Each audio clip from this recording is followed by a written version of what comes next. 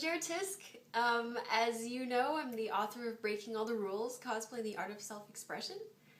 To celebrate the Facebook page passing 2,000 likes, and to celebrate me actually finishing the book, I promised everybody I'd do a kind of Ask Me Anything video. So before I go into any of that, I have a couple of final book proofs that came in the mail, so I want to show everybody what they look like. First of all, here's the unbound proof from the actual book printer. It's a little messy. I'm going to hold it up for you. As you can see, it's unbound, which means there is no spine, there is no cover, and it's just a bunch of pages that they sent to me so that I could proof the color and make sure everything was okay.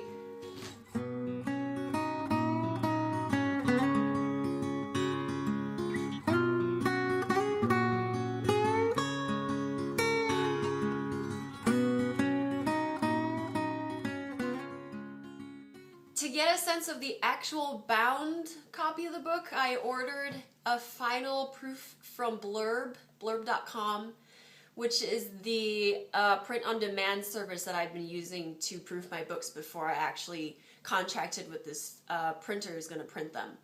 Blurb is a really good service if you just want to get copies of, say, a book as you go along for the process. If you're a photographer, it is very expensive to get a book printed with Blurb because it is a print-on-demand service. And again, I'll talk about it later. But here is the final copy. If you've been to cons and you see me at cons, you'll have seen me carrying around a book like this. This is the actual book. All of the pages are in it. It is the finished version. The spine is done. And let me flip through it real fast. Whee! It's like those animated books.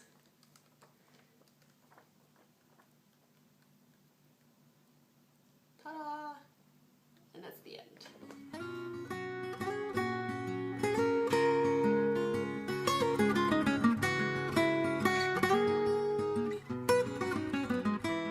So the Facebook page actually passed 2,000 likes a couple of weeks ago, and I was promising people that I'd do this Ask Me Anything kind of questionnaire, question and answer type thing. I've been really busy for some reason. I guess I thought when I finished my book, then I would have all this magical free time and I could just do anything I wanted, like sit and watch TV all day or play video games or something.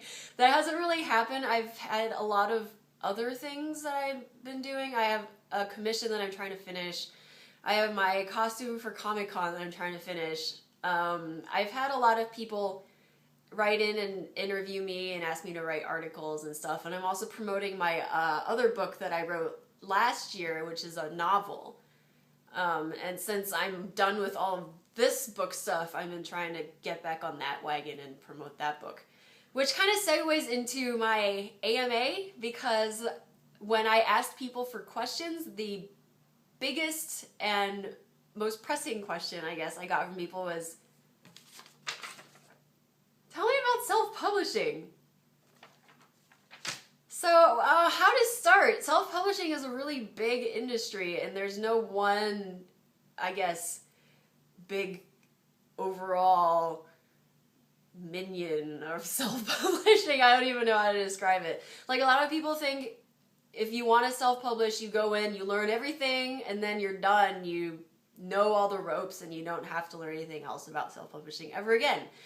I'm here to tell you that is not true. There's a lot of different stuff going on in self-publishing. There's new stuff going on all the time, and it really depends on what kind of book you want to publish, because I've published two kinds of books at this point. I published my novel, which came out October of last year, and then I published this book, which is completely different. So let me start with the novel. This is my novel that I published in October 2012, which was last fall. I published it through a service on Amazon called CreateSpace, which is a print-on-demand service. So what print-on-demand means is that when somebody buys your book, it doesn't exist yet It doesn't, nobody prints it and stores it in a warehouse, and then, you know, if someone buys it, they ship out copies, and then the rest of the 10,000 copies sit in the warehouse and never get sold. That was the old model. Print on demand destroys that model and says that, you know, if 10 people want to buy this book, then 10 people will order it, and as each person orders, we'll print a copy and send it to them. Now, this is a really popular model, I guess, on sites like Threadless, other, I guess, sites like Vistaprint, where you order the thing that you want, you order the number that you want, and they send it to you. There's no big batches. But print on demand is really new to the publishing industry. There's other sites like lulu.com, and there's also a lot of sites that do ebooks like smashwords.com. But for, I guess, ease of people buying the book, Amazon is the way to go, because most people I know, when they find that I wrote a book, they're like, are you selling it on Amazon? Like, I really want it to be on Amazon because that's basically the only place I go to buy books. So, as you can see, this is not a photography book. It's lots of text. It's actually 400 pages of text. It's like super long. I don't know why it's so long. The reason I chose to self-publish was kind of twofold. First of all, I mean, I did the traditional route, and I went and looked for agents who might want to sell my book. I didn't look very hard, I guess. I knew that my book wasn't something that was mainstream that people wanted to pick up. It's really hard to sell fiction these days. If agents don't think that your book is going to immediately become a bestseller, they don't want to pick it up. So for someone like me who wrote a historical novel about whaling in 1841, there's really no mass market for that, so I don't blame agents for not wanting to pick me up. Second, my book, again, as I said, is really long because it's historical fiction set in 1841. So, like, I did a ton of research for it, and it ended up being 400 pages, and most agents want to pick up new authors who write about half that. I didn't want to spend, I guess, years and years and years sitting in front of the computer and sending query letters and hearing nothing back, and spending money trying to, you know, get agents to notice me, because I think self-publishing has come a long way. It used to be kind of the thing where you only did it if you sucked. And I think that that stigma has left mostly. Like, most people that I know who are self-publishing are actually pretty good. So, I mean, I like to think that I'm pretty good. My book has 5 really nice reviews on Amazon from people who I don't know. So I think that says something. But if you choose to self-publish and you're writing a novel, then go for CreateSpace. If you're not a graphic designer, please get someone to design your cover, because I've seen a lot of terrible covers. But their colors are not bad. I won't say, like, awesome, but they're not bad. You can see the back here, there's an ISBN. They give you a free ISBN on CreateSpace, and also on KDP, which is their electronic publishing if you're doing an ebook version as well. I have an ebook, and I have this is the hard copy. It's a soft cover. They don't do hard covers, just soft covers. The formatting is pretty minimal. You have to do everything yourself. If you want someone to help you, you have to go and look for a book designer or somebody who lays out books and is going to help you. But they have templates on CreateSpace that will help you do that sort of thing. So if you're just writing a novel and it's pages and pages of text, you just download the template on Microsoft Word or whatever you're using and just follow along with the margins and stuff, and it should be fine. So that's novel publishing. There's really not much to it. The hard part is finishing the novel. It took me 5 years to write this novel. Yeah. When I started my photography book, basically threw everything I just said out the window. That has nothing to do with photography book self-publishing. Photography book self-publishing is entirely different. CreateSpace and other, I guess, big print-on-demand book sites don't do photography very well. You can try. They're not built for photography. They are built for lots of pages of text, and that's what they're good at. If you try to print a photography book on a site like CreateSpace, it'll come out okay, but it won't be, you won't have control of the colors, and you won't have control of a lot of the layout, because that's just not what they're meant for. So for self-publishing a photography book, I went and basically I scoured the internet for specific photography book sites. And what happens when you do that is a lot of sites come up like Snapfish or like Kodak.com, and those are not the sites you're looking for. Those are sites for people who go on vacation and want to do a little flip book with all their vacation photos from Hawaii, or they had their first kid and they want to do a little flip book and send it to the grandparents or whatever. What you want is a site like blurb.com, which is the most accessible print-on-demand site. And what Blurb does, it has templates for photography-specific books, art books. And everything that you do for a photography book is designed in InDesign. Like all of these spreads here are laid out in Adobe InDesign, or a compatible, I guess, a similar type book design program. Whereas this book was done Microsoft Word. You don't need any special software. But for a photography book, Microsoft Word is not going to cut it. The reason I don't recommend blurb.com if you want to actually sell your book and make it accessible to a lot of people is that blurb.com is really expensive because it is a print-on-demand site, and printing color photography books is expensive. My book is 216 pages, and to order just one book off of Blurb that is that size, soft cover, 216 pages, it's about $60. You don't really want to do that because nobody is going to go and buy your book for basically $70, $80, including shipping, because shipping is expensive. So what I did, and what Ejin of Cosplay in America did, was find a book printer that specializes in photography and art books and have it printed in a large quantity. Have it shipped to your house in that large quantity, say 1,000, 2,000, 3,000 books, and then you sell them out of your house. They're not book publishers. Most of these printers assume that you have a good knowledge of InDesign and layout and basically art. So if you send them a bunch of pictures and are like, I don't really know what to do, can you help? They are not going to do anything for you. There's going to be like, find a book designer. Blurb.com is a little different because Blurb is, I guess, geared to the, I don't want to say lowest common denominator, it sounds kind of mean, but it is geared towards people who have never made a book before and don't know how to use InDesign. So they have templates that you can use where you just stick your picture in, and the templates are nice. I've never really used them because I just started designing this book in InDesign from the get-go.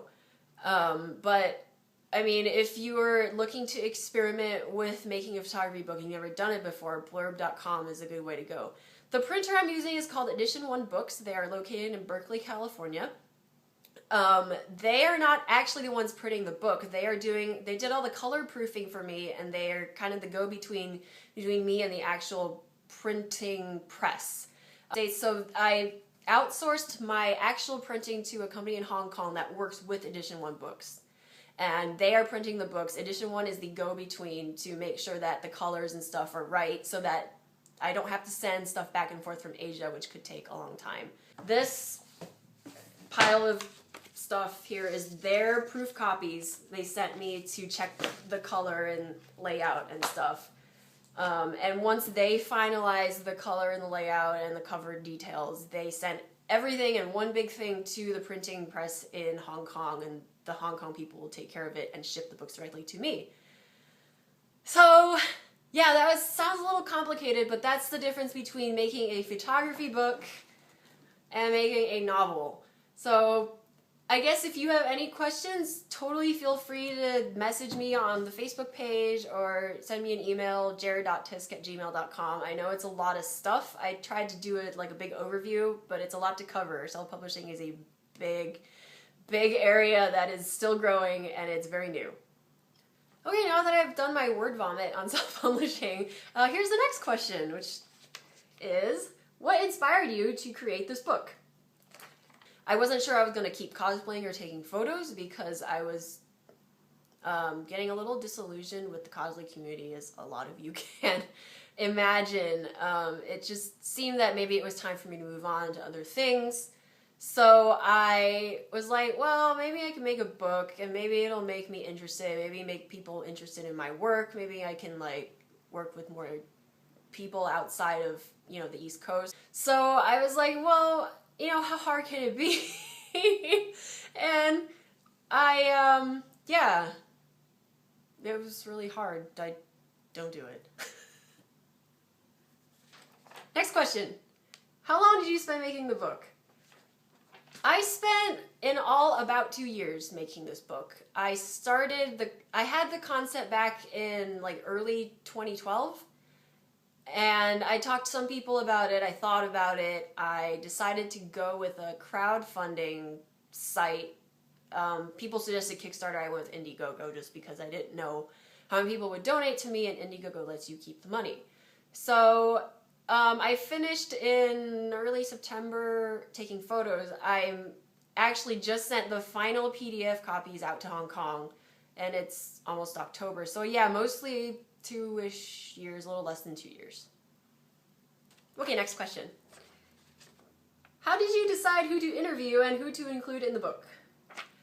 I have to say that's probably one of the hardest things I've done in my life is to decide who to include in the book and who not to include, because everybody who I interviewed and everybody who I met had their own story. Everybody was interested, but there were people whose stories stood out more than other people. There were people whose photos stood out more than other people. Unfortunately, that's just the way it is, and if I could have a 1,000-page book about cosplay, I would. But I don't have the money to do that, and I don't think anyone would buy it because it would be like this big. So there's about 120 cosplayers in the book out of about 500, I'd say, who I contacted who initially contacted me. Okay. What was the most satisfying thing about making the book? The most satisfying thing I have to say is going to conventions outside of the East Coast, because I had never actually been to any. My staple conventions were, and still are, Anime Boston, because I live here, Otakon, because that's where I see all my friends up and down the East Coast, and then Katsucon, because it's just a really good con for cosplay. I had never been to the West Coast for a convention. Some of these states I never even been to, like South Dakota. Why would I go to South Dakota? And I was really surprised to see that there was a pretty large cosplay community there. Same with Boise, Idaho, other places like that. Vegas, it was really fun. I loved going to South Dakota. I mean, I would go back. It was beautiful. Like, Vegas was so much fun. The people there were great. I'm really having problems planning my cons for next year because there's so many that I want to go to. What was the hardest part about making the book? This is going to sound really bad, but traveling was the hardest part. I am very much, I guess, a textbook introvert. And when I see people for long periods of time, for days on end, I need like a month to recharge. Like, between cons, I need like a month to recharge. So going on all these cons back to back was the hardest thing I've ever done. Sometimes I'd go to cons and people were like, let's hang out, let's go drinking, or let's have dinner, and I would just go back to my room because I couldn't deal, because I was so like overloaded. And people if you're an introvert, you know how this is. Like, you see a bunch of people for hours, and then your energy level goes from here and it like drops, and it's 0, and then it just keeps going, and you have like negative 100 energy level, and you just want to go sleep, but you don't want to be mean or rude and be like, I don't want to hang out with you. So that was, if you were one of those people who texted me or were like, let's go out and eat, let's go have a drink, and I was like, I'm tired, I want to go back to my room and sleep, that's why. I hope you're not mad or anything, because next time, let's meet up and have a drink. Yeah. Okay, next question. How long have you been cosplaying and taking photos? It's kind of a two-part question. I started cosplaying in 2007, 8-ish. My first con was 2008, so I usually say 2008 is when I actually entered cosplay. I lived in Japan for a while before that, and everybody who is familiar with, I guess, Harajuku knows that in Harajuku, which is a area of Tokyo where it's the Lolita fashion is very popular, street fashion and stuff like that, Visual K. They have a lot of shops selling that kind of stuff. So on this bridge next to the entrance to the shrine, the very famous shrine in Shibuya, there used to be people who would gather on Sundays on this bridge, and they would be in cosplay. They'd be dressed up as like Visual K bands like X Japan and Lorraine and Malice Miser and old bands like that. That nobody actually cosplays anymore. But this was like 2003, 2004, so it was still really popular. So I would go to Harajuku on weekends to go shopping, and I would see these girls, or mostly girls, on this bridge with all of these photographers, and they're like fancy DSLRs taking pictures of them, and I was like, oh, that's so cool, like, I'd love to dress up. But it was just kind of this thing that, you know, when, like, you go to the circus, and you're like, man, it's so cool, I'd love to be that acrobat swinging on the trapeze. I'm afraid of heights, so yeah, that would never happen. So I thought the same for cosplay, like, yeah, that would never happen, I'm not good looking, like, I don't sew, I don't make costumes. It was only when I came back to the US, cosplay kind of, I guess, exploded in around 2007, 2008. That's when I got into it, because a lot of my friends were into it. I started taking pictures because of cosplay. I got into it 2010. I didn't actually get a DSLR until 2011. I had a really nice fancy point and shoot. It was a Canon. It was a really nice camera. It had, you know, manual mode, and it had the different dials for aperture and like ISO and stuff like that. So I learned on that camera, but at some point I outgrew the point and shoot and I wanted an actual DSLR. So I got my first DSLR. It was spring of 2011, summer, something like that. So I've only actually been taking photos on a DSLR for 2 years.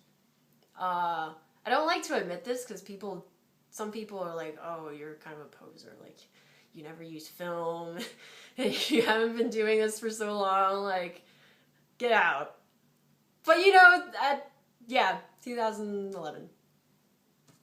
How did you meet your husband? Oh, that was weird. How did you meet your husband?